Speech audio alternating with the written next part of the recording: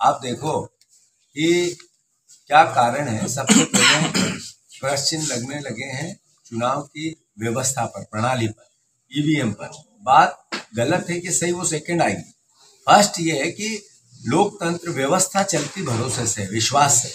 उस व्यवस्था पे से विश्वास कम होने लगा, तो इसका मतलब है हमें चिंतित होना चाहिए, देश के आम नागरिक को होना चाहिए। विपक्ष की तो अपनी दायित्व है ही है, पर जनता का और आप जर्नलिस्टों का। फिर दूसरा, जो भारतीय जनता पार्टी ने जिस तरीके के संजबाग दिखाए, जिस तरीके की बातें की, लाडली बहना में चिंता मत करो, 2000 करोड़ रुपए 1.5 महीने में खर्च किए केवल ब्रांडिंग पे। एक आर्थिक स्थिति चरमरा गई है प्रदेश की, 30,000 करोड़ रुपया ईयरली हमें ब्याज देना पड़ रहा है। फिर इस 2 महीने में, 3 महीने में अब सरकार 28 - 28,000 करोड़ रुपया कर्जा लेगी, यानी लगभग 350 करोड़ रुपया रोज। तो आखिर इस प्रदेश के भावी भविष्य का क्या कारण है कि सरकार ने इतनी बड़ी बातें की, इतने अलग अलग सजवाग दिखाए। आपको एहसास ही नहीं था, जर्नलिस्टों का भी नहीं था कि कांग्रेस की सरकार नहीं बन रही। आम आदमी को एहसास था कि कांग्रेस की सरकार बन रही, भरोसा नहीं हो रहा। शंका है, यही कारण है। लाडली बहना का भी हो सकता है, ईवीएम का भी हो सकता है, अलग अलग तरीके के और अलग अलग जगह पे हम इसकी समीक्षाएं लगातार कर रहे हैं, पर चिंता है देश को व्यवस्था। मुख्यमंत्री कह रहे हैं कि डीजे बंद करवाओ, ठीक है, और पूर्व मुख्यमंत्री कह रहे हैं कि डीजे बढ़ाओ।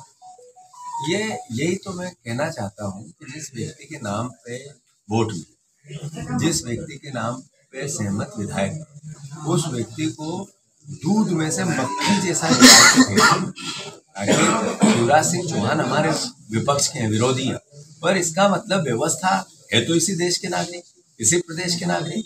हमने हमेशा उनकी खिलाफत की, उनकी योजनाओं की। इसका मतलब वो हमारे दुश्मन थोड़ी थे, हमारे ही प्रदेश के मुख्यमंत्री थे, हमारे मुख्यमंत्री थे। तो जब उनको निकाला, वो भारतीय जनता पार्टी का इंटरनल मामला है, हमें कोई हस्तक्षेप नहीं करना, पर उनका दर्द निकलता है, उनका दर्द छलकता है। वो बार बार ये कहते हैं कि मेरे साथ अन्याय हुआ है, बिना कहे कहना चाहते हैं कि देखो मैं दया का पात्र हूँ, और है भी। कल विजय शाह ने भी सवाल उठाए हैं दिल्ली सिंह पे, कहा है कि भाजपा में पद किसी की बपौती नहीं है, तो ये आपस में लड़ने लगे सरकार। ये विजय शाह क्या कह रहे हैं अलग, और क्या कह रहे हैं वो अलग, क्या कह रहे हैं इस पर मैं टिप्पणी नहीं करूंगा। मैं नागरिक हूँ इस प्रदेश का, मैं पार्टी का कार्यकर्ता होने के साथ साथ एक अच्छा इंसान भी हूँ। मैंने जो कहा वो स्पष्ट है, और उनकी अंदरूनी राजनीति क्या, प्रदेश का भला। मंदिर निर्माण के बाद 400 पार का नारा भाजपा दे रही है, इस नारे को कैसे कांग्रेस तोड़? देखो, जहां तक मंदिर का सवाल है, इसमें कांग्रेस के स्टैंड का सवाल है। कांग्रेस पार्टी ने, हमारे पूर्व प्रधानमंत्री जी ने, जो भावना थी इस देश की, जब एहसास हुआ कि ये राम मंदिर की जन्मभूमि है, तो उन्होंने ताले खुलवाए।